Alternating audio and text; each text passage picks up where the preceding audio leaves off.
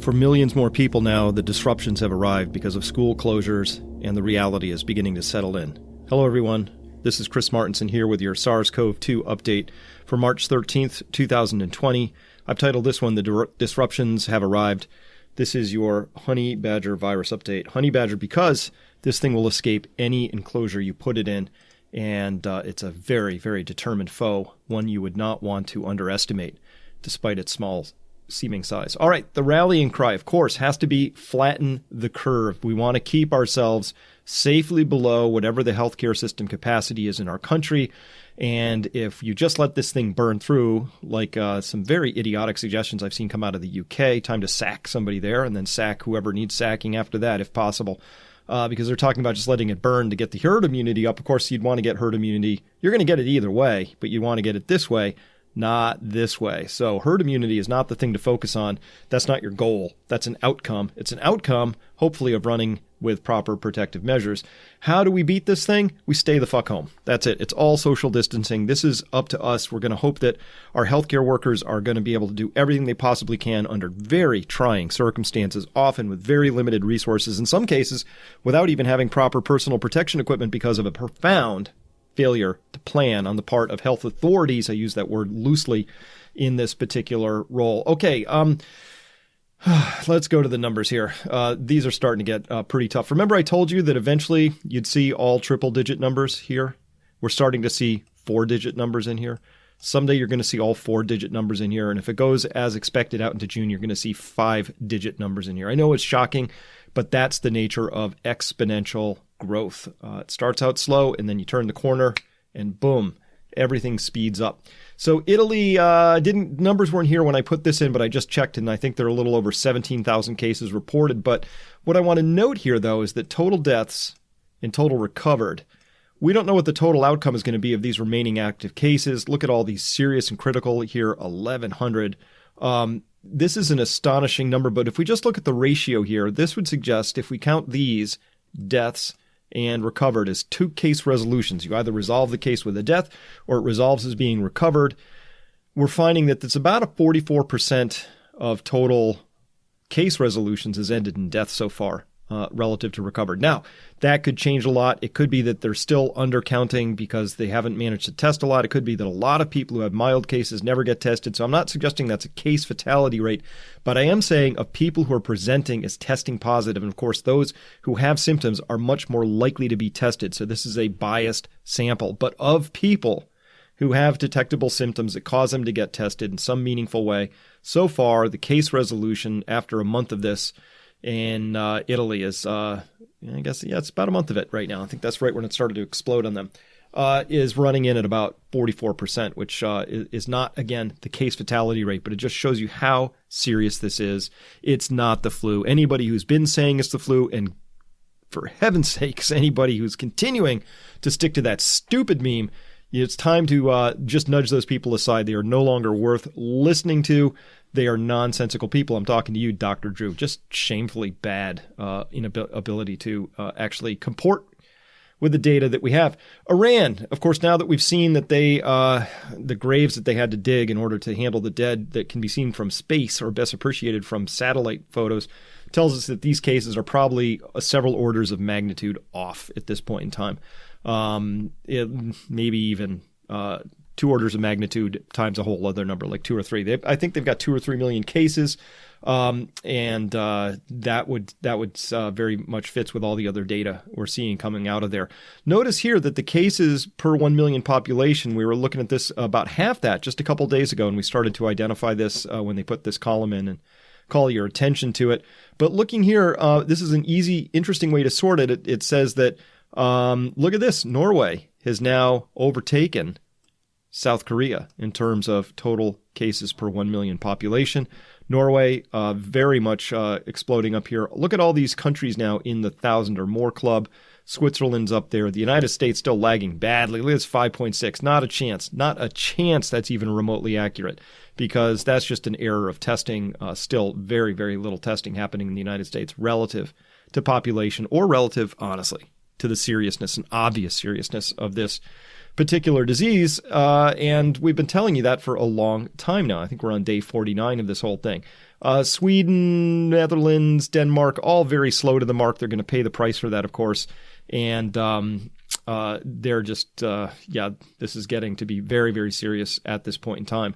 So as we move on, looking at all the cases outside of China, this is a log scale here, 1, 10, 100, 1,000, 10,000, 100,000. On a log chart, if you see a flat line, that means it's growing exponentially, right? So we're seeing pretty flat line here overall. Little steeper right here, maybe a little flatter. What we want to see for something like this, in order to say that it's been beat, it'll look something like this. It would go up, up, up, up, up, up, up, and then it's going to flatten over, and it's going to flatten quite a bit, and flatten, flatten, flatten. That would be what it would look like once this thing is beat. But for now, we're still on perfectly flat logarithmic scale growth here. So what you can do with something like this is you can say, well, here's where we had 100 cases way back here on January 29th. How long before that completely went up by a factor of 10? And you can see out here, that was about 18, 19 days later. And how long before we went up another factor of 10? Looks like, a couple of weeks, roughly speaking. So it's going up by an order of 10 in something along and around that time frame. All right, let's look at some of the notable developments we have here, and there are so many to go through. I had to just pick a few. First, Spain, really slow to the draw. I was interviewed for an article in a Spanish newspaper. Turned out that the very reasonable, very predictive, very prescient sort of quotes I was giving to the reporter who was doing his best, those were stripped out by their editor because they didn't want to scare people or something. Anyway, Spain really missed the boat, and I think the Spanish culture was also very dismissive of this. But all of a sudden, boom, police in northeast Spain implement coronavirus lockdown in an area with nearly 70,000 residents. Hey, Roachmotel, you can enter, but you can't leave. So if you want to go in, fine, that's up to you, but you can't get back out again. That's what happens when you all of a sudden have to put in an emergency order and just say, there's a hot spot in there, just keep everything in there. Of course, not that I'm going to say that's the wrong thing to do, but that's what every country should have done and still could do to this day. Most countries still allowing flights. I know Trump put in a travel ban from lots of Europe into the United States, but I'd be willing to bet dollars to donuts that you could fly from Europe to, I don't know, maybe Canada or Mexico, and then fly from there to here, and you'd probably be fine. In fact, nobody would probably even ask you any questions. I've heard lots and lots of stories about people flying in, surprised at the absolute lack of questioning, of, expecting to be sort of grilled on your way in, maybe customs, or maybe there's a health officer there asking you things about where you've been, how you feel. Nope, just, people just being waved right on in. Italy, 181 new recoveries, 175 new cases in serious condition. So again, those recoveries and new cases are just the seriousness of this is really, really obvious. Kurdistan puts Erbil and Sulaymaniyah on lockdown. 48-hour curfew declared. I bet that gets extended. Netherlands, 190 new cases, 5 new deaths. So 804 cases, 10 dead. That's breaking out very, very rapidly. Governor Cuomo of New York reports 96 new cases in the state, 59 of them in New York City. So total confirmed cases reaches 491 statewide, case, cluster. There we are. New York's right at the boom stage. And the Los Angeles Unified School District announced the closure of all schools. So that's the second largest school district in the U.S., after New York City. Of course, schools are closing all over the place. I couldn't list them all, so I just grabbed the top few headlines here just to sort of push this forward. So what do we got here? Here's just a list of the San Diego County school closures. Ohio, Maryland shut all K through 12 schools. States begin widespread school closures all over the place. Too many to list here at this point in time. All right, so this is leading to a fairly large disruption in people's lives, of course. Adam and I are going to be putting together a video, a webinar, something. We have to figure out what, which is talking specifically about this particular disruption. It'll be about what it means to be a parent, what it means to be a kid that's at home, how to manage this, things that people can do. And particularly, if you live in an area where the school district has not yet closed things down, you got to get on the horn with those people or consider what you want to do in terms of your own children, because it's not just the children themselves. They seem to be fairly immune. But do you have, is Granny living with you? Are you yourself of an age where you would really rather not get this thing? I don't want this thing at all, and I'll tell you why in just a minute. I absolutely do not want to get this even the first time. All that stuff about, it's got a 97% survival rate. Nah, forget about it. Anyway, let me just go through some more responses. Trump apparently is going to get on the horn today at 3 o'clock. I'm recording this at 2:34 p.m. right now. And he's going to declare a national emergency. Better late than never, but here we go. Louisiana becomes the first state to postpone primaries because of the virus. So we're now seeing this raising the question, are we even going to have an election in the United States? And so there's obviously already some very big political repercussions coming out of this right now. I expect those to grow. And it's a question whether we can actually conduct an election here. But I think we'll just be one of many countries. The United States will be facing that, and others will too. Iran to employ near martial law tactics to contain the coronavirus. So they're getting serious about this now. And what does near martial law look like? Well, it's something like this. As well, I've seen in Italy pictures of barren streets with military vehicles patrolling them. So that's kind of what martial law looks like. You want to make sure that people stay inside, and you bring out the military hardware to sort of make that point and drive it home. Here's another political impact of all this. The UK is delaying elections for a year because of virus spread. That's pretty big impact right there. The Paris's Louvre Museum and Eiffel Tower close indefinitely. So this is, I'm just picking out these responses, sort of little dots that can help you understand where we are in the story and just how fast it's spreading. These are things that wouldn't have been even considered a week ago. Now they're being considered and just they're popping up all over the place. Why?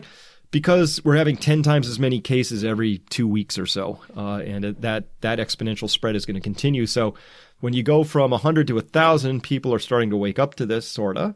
When you go from 1,000 to 10,000, now people are paying attention. But when you go from 10,000 to 100,000, this is the zone we're in right now. So that's why we're seeing all of these closures and things like that all showing up in this part right here. What happens when, not if, but when we move from the 100,000 to the 1 million case zone in that next 2-week period there? That's the real question. More disruptions coming. Remember, the gold standard pandemic approach looks like this, and you have to halt those inbound infections for sure. The amount of travel that's still happening in the world is completely inconsistent with this particular honey badger virus, which is very, very elusive, very determined foe. It doesn't care. It's going to make sure that it gets to where it wants to go, and its it doesn't care either. How rich you are, how powerful you are. It doesn't care if you're the prime minister's wife in Canada. It doesn't care if you're a soccer star. It doesn't matter if you're a movie star. It's coming, right? And so it's a great leveler in that way. Now, again, the rallying cry, flatten the curve. This is it. We're all in this together. Okay, I know I'm going to pick on some officials who are making real boneheaded mistakes. I do that simply so that maybe we can shame them into not being boneheads. I know, tall order, right? Or more importantly, that you, the listener, and other people listening can begin to detach yourself from listening to people who are saying really foolish things. Follow people if they make a lot of sense, but if they're not, go in a different direction. So why do we want to flatten the curve so bad? I think that this recent article in The Lancet, so if you like your medical stuff coming out of a high quality journal, doesn't get much higher than that, medically speaking. And this is from March 12th. So this came out yesterday, was published online. It didn't come out. I didn't find it in time to get to it. Somebody brought it to my attention this morning. Thank you for doing that. There is now grave concern, they write in this article, regarding the Italian national health system's capacity to effectively respond to the needs of patients who are infected and require intensive care for SARS-CoV-2 pneumonia. Continuing here, the percentage of patients in intensive care reported daily in Italy between March 1 and March 11th has consistently been between 9 and 11% of patients who are actively infected. So they have a 10-day stretch here from March 1st to March 11th. Call it 10%. Roughly 10% of patients who are actively infected are coming into intensive care This is a very different experience than we're seeing in other countries. So it's worth noting, maybe, again, is the Italian strain different? Are the people there, do they have a genetic haplotype that's potentially different? Thank you for somebody who sent me that piece of information. I still have to chase that down. We don't know. But that's a really worrying trend. So continuing on this quote, the number of patients infected since February 21st in Italy closely follows an exponential trend. So end quote there. Remember, if you don't understand exponential growth, please check out my quick video tutorial on that. I have it pinned at the top of my Twitter feed. That's at Chris Martenson at Twitter. Go check that out, or hunt it down. Exponential growth or compounding, and my name Martenson, and you can pull up some YouTube videos on that, or just check the one I did this a few days back in this series. So this is, if you don't understand exponential trends, you can't understand what's happening here. And so this is really important concept. If this trend, this exponential trend, continues for one more week, there will be 30,000 infected patients. Intensive care units will then be at maximum capacity. Up to 4,000 hospital beds will be needed by mid-April 2020. So they put some nice charts in here to drive this home. First, exponential case growth. Here we're looking at the number of infected patients. And the blue dots are measurements that they took. And the red line is just an exponential curve fit. It's a simulation. So this is what the math says they should be seeing. Look how closely reality and this exponential case explosion are matching each other. And so they just cast forward, and they said this was done only back as of this date, but we can actually fill in more of the dots right now. I think their most recent case count was about 17,000, and it's right here on March 13th. It's close.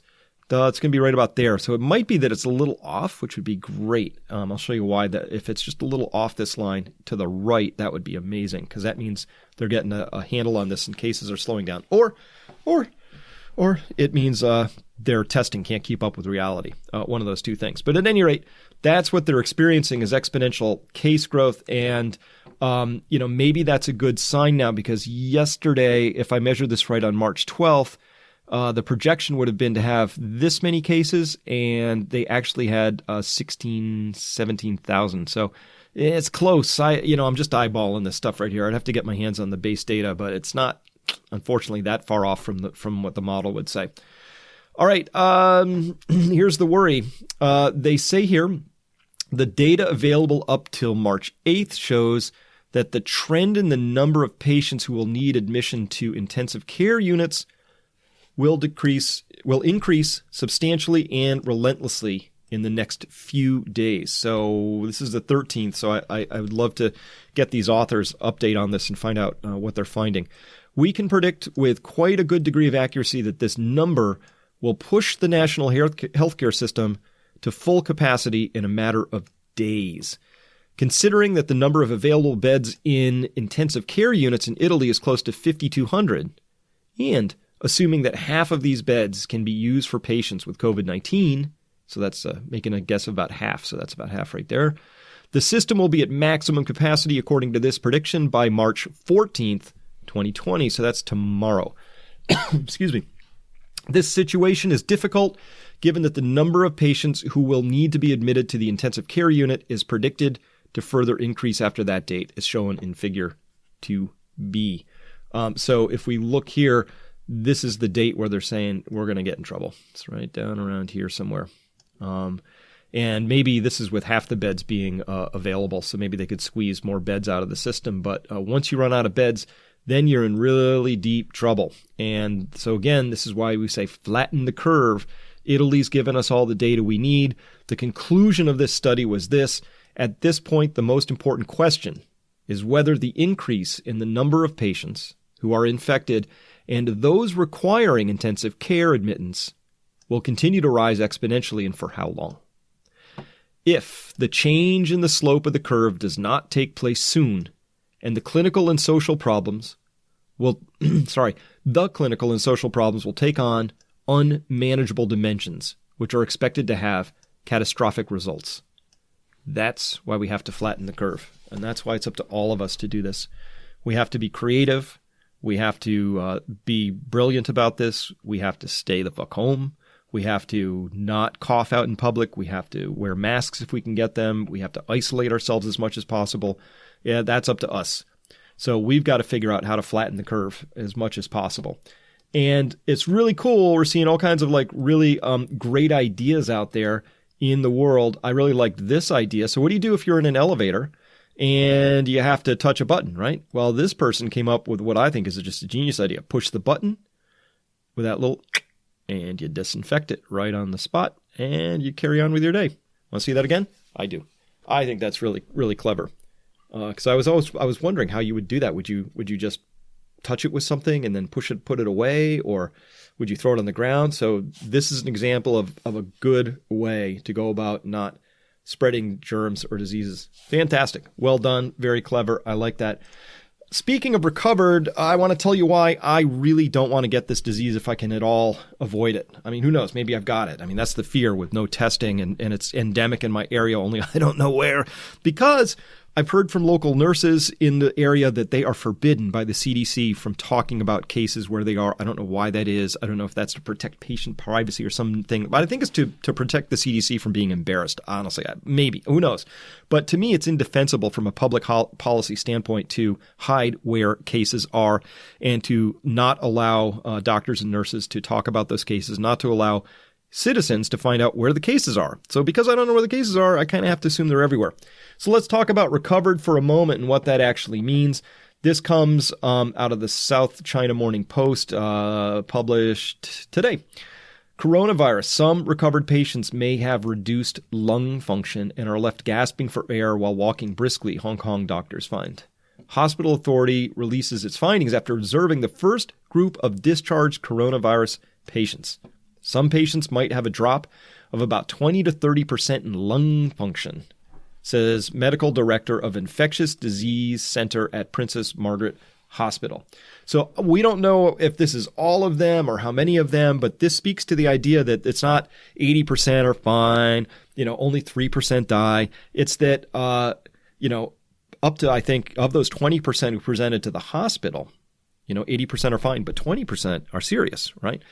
That many of those are coming out of their recovered, air quotes around that, recovered, but actually they got pretty damaged by this thing. It was, you know how it is. Sometimes you don't just win the fight. Sometimes you win the fight, but you're rocky. Your face is all bashed in and things like that, right? So this is very worrying. And I hadn't heard a lot about so-called recovered patients. It's been a surprising absence of information. Feel good, plucky, can do, recovered, no big deal. I'm carrying on with my life stories that the media should usually feast on. I've been a little light on those. So this is something I've been keeping an eye out for, and it was interesting to see that finally pop up. Remember, if the facts alarm you, the problem isn't with the facts. But if you get creative about this, there is an alternative approach, and that is just make up your own facts. Here's the Prime Minister, we're in the Netherlands here, believes that the schools should remain open because, get this, children do not get sick and do not transfer corona to adults. Well, that's very, very interesting for the PM to have that data, because he should share where he's got that. I'm not aware of that being a fact. It's an assertion that's being made here, but alternatively, this person just made up their own fact on the spot because they wanted to or something. I don't know what's going on there. That's irresponsible as far as I'm concerned. All right. Remember, yesterday we talked about adjustment reactions, the 7 steps. If you didn't watch yesterday's video on the adjustment reaction, you really, really should. It's an important one. I got a lot of email back from people. I got a lot of comments at my website at peakprosperity.com, under the comments at YouTube as well, in a Twitter feed that was pushed that video out yesterday. A lot of people said, oh, thank you so much for posting that. One of the most important videos I've seen. And so if you are facing an adjustment reaction or you're an early adjuster, you really need to watch that video. It's just super important. It'll probably bring a lot of relief to you that you're not crazy, and it will help you understand where you are in the adjustment reaction process, okay? So that was super important as well. In that one, we talked about our advice on communicating, and this is the tried and true methods for getting important and sometimes troubling, if not difficult, information to other people that you care about in your lives. So that was covered yesterday. And as well in earlier videos, if you haven't seen them, we talked about our endorsed personal actions. I really want to emphasize here, planting a garden. Make sure that, if we're all going to be locked in and you got the kids at home, why not plant a garden? It's a wonderful thing to do, and you'll have your food at home. If you can do that, of course. If you can't, sorry, but if you can, go ahead and do that. Even if you can't, a few things growing on a window ledge, if you can swing that, do it. It's just fun to get connected with our food and how it gets created. All right, these are my advices and advices. This is my advice, and these are my recommendations for the endorsed personal actions. Of course, we've had some endorsed national actions for a while, which I think are starting to come around slowly. We'll see what did Churchill say about Americans? You can always count on them to do the right thing after they've exhausted all the other opportunities. So eventually we'll get here, but we need to see these sorts of things be part of our national action. I think we'll get there. It's just going to take longer than I would have wished. Here's how you avoid becoming infected in the first place. And it's really centered on this first and foremost. Just avoid people, right? Avoid all gatherings, large or small. That whole thing, we're banning 100 or more. Well, what's special about having 99? Right? Nothing. If you're around other people and they're ill, you're going to get ill probably. There's a much better chance of that happening. So once everyone's wearing a mask, when everyone's wearing a mask, then you can be out and about. I was wearing a mask in my town up here in Western Massachusetts with my fiance, and we were out, and the looks we were getting from people, you would think we were terrorizing them or doing something really inappropriate, or maybe they were just registering, oh my God, I wish I had been brave enough to do that. But we were among the first, and we have endemic cases in the community, and this is known, only we don't know how many. So it's still early, it's difficult, but go out and do it if you need to. Remember, this isn't the flu. It really isn't. It's not even SARS. And so there are all sorts of things that distinguish this as being very, very different. And probably the worst is right here at these top ones right here. That's very high serious complication rate. It's much more deadly than flu. It's super easy communicability or transmissivity. It's R naught. It's very high. Spreads asymptomatically. That's bad. Not good. And it spreads via droplets and looks like aerosols, right? And then none of these things are really good. Here's how it goes. Case, cluster, boom. And that's where we're pretty much here in a lot of places in the United States and in Europe and things like that. And when you get past the cluster stage, remember clusters are showing up in 5s and 10s. When you get to the boom stage, suddenly things are starting to show up in triple and quadruple digits here as new cases. So with that, my conclusions for today.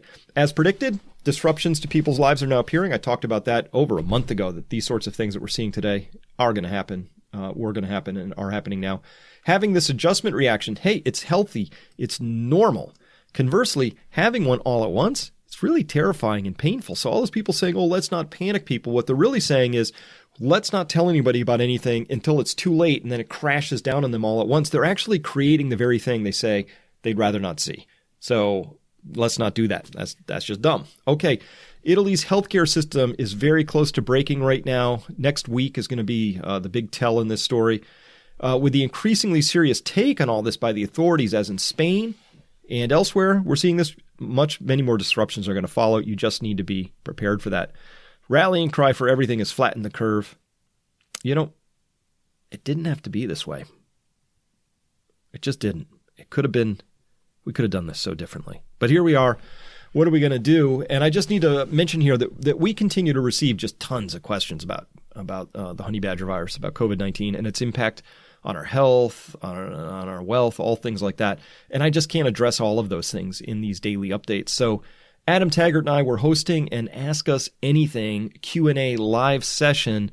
That's Friday? Yeah, it's tonight. For Peak Prosperity's premium subscribers, where we're going to get through as many of folks' live questions as we can. So it's happening at 7 o'clock Eastern today. That's March 13th. So if you want to join us for the live event, please do, or you could watch the replay video once it's over. So just come on over to peakprosperity.com to get registered, and we'd love to see you there. All right. With that, thank you very much for listening. We'll be back soon. Hi folks, Adam Taggart here. Chris Martinson and I are the co-founders of Peak Prosperity. If you want to get alerted whenever we release a new video from Chris, just click the red subscribe button right beneath the YouTube video player.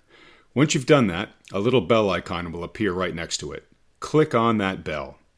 It looks like this. And that's it.